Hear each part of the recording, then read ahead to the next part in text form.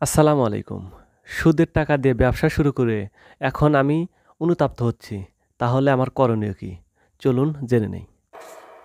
আল্লাহ মাফ করুন, আপনি নিজের যে টাকা দিয়ে ব্যবসা শুরু করেন সেটা হচ্ছে আপনার জন্য হালাল, কিন্তু ওই টাকা থেকে যে সুদ আপনি কামাই করেছেন সেটা তো হালাল পদ্ধতিতে হয় না, সেটা হারাম পদ্ধতিতে হয়েছে।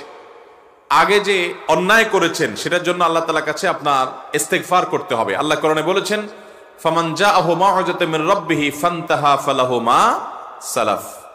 যে ব্যক্তি সুদের কারবার আগে করে ফেলেছে, তখন বুঝে নাই, আল্লাহর ভয় ছিল না, এরপরে যখন আল্লাহর ভয় এসেছে সে সরে এসেছে, দ্রুততার সাথে সুদের কারবারটাকে ক্লোজ করে ফেলছে, দেনা টেনা দিয়ে সুদের লোন পরিশোধ করে ফেলছে, আর সে সুদের কারবারে জড়ায় নাই, তাহলে আগে যে গুনাহ হয়েছে আশা করা যায় আল্লাহ তাআলা তাকে সেটা মাফ করবেন। বিধায় এখন তওবা করে আপনি সুন্দর পথে ফিরে আসেন। আমাদের দেশে অনেক ভাইরা আছেন, বিশেষ করে গ্রামাঞ্চলে এনজিও গুলো এই পরিমাণ ব্যাঙের ছাতার মতো গজাইছে, এরা সমাজের মানুষের উপকার করার চাইতে লোন দেওয়ার নামে চক্রবৃদ্ধি হারে সুদের বিজনেসটা বেশি করে। এদেরকে আমাদের সমাজের সাধারণ ভাইরা, অনেকে মুসলমানরা আপন মনে করে, অথচ এরা এদের চক্রবৃদ্ধি হারে সুদের বিজনেস করার জন্য আসছে। এটা মূলত আমাদের রক্ত চোষা। এই সুদের কারবার আমরা অনেকে করি। আপনি সুদের কারবার করে যে দুনিয়াতে কিছু টাকা পয়সা করেও ফেলতে পারেন, মনে রাখবেন কোরআনে কারিমে আল্লাহ তাআলা সুদকে হালাল করেছেন না হারাম? শুধু হারাম না, যত হারাম আছে, যত হারাম উপার্জন আছে, এর মধ্যে সবচেয়ে ভয়ঙ্কর হারাম উপার্জন হলো সুদের হারাম।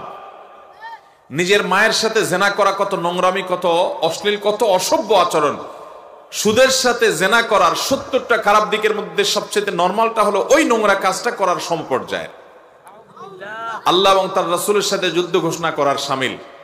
সুদের যে কারবার করবে, কিয়ামতের দিন জিনে ধরা রোগীর মতো, মাতাল মানুষের মতো সে ছটপট করতে থাকবে। কিয়ামতের ময়দানে সব মানুষ এরকম মানুষদেরকে দেখে বুঝতে পারবে, চিনতে পারবে এরা দুনিয়াতে সুদের কারবার করত। এই জন্য তারা পাগলের মতো কিয়ামত দিন ছটপট করতে থাকবে। ওইটা দেখেই যে কেউ বুঝবে এ লোক সুদের কারবারই ছিল দুনিয়াতে। অপমান এটা তার জন্য আখিরাতে। জান্নাতে যাওয়ার আগে আখিরাতে যখন সব মানুষ সমবেত থাকবে বিচার দিবসে, সেদিন তারই অপমানকর শাস্তি হবে।